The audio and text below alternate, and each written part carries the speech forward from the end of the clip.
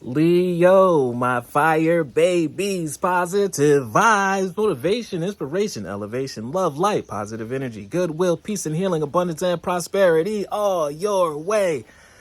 Please like, share, comment, and subscribe if this page has been a blessing to you. Your word of the day is to return to heart. Return to where your heart finds rest. Listen to the beat of your own drum, the lyrics, the content. You know the way that you desire to live. Here's a fact. You are one of one. You came in this world by yourself. You'll leave by yourself. You're original. You have original likes, your original needs.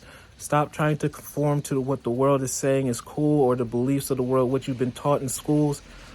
You've come with the knowledge of ages before you came to this world. You just forgot. You need to spend some time in your silent place, your quiet place, your place of peace, so you can remind yourself of the knowledge of how you want to live, how life down here, the place that we truly do live. Therefore, you can regain an ease of living and also set the example for the kingdom and your community. I breathe light and stick to the essentials of my soul, and I stay in the present moment. I calm my thoughts, I focus on my heart, and I find a space to be where it's peaceful, and my light and my greatness are present. I find peace and inner silence. You find strength and transformation.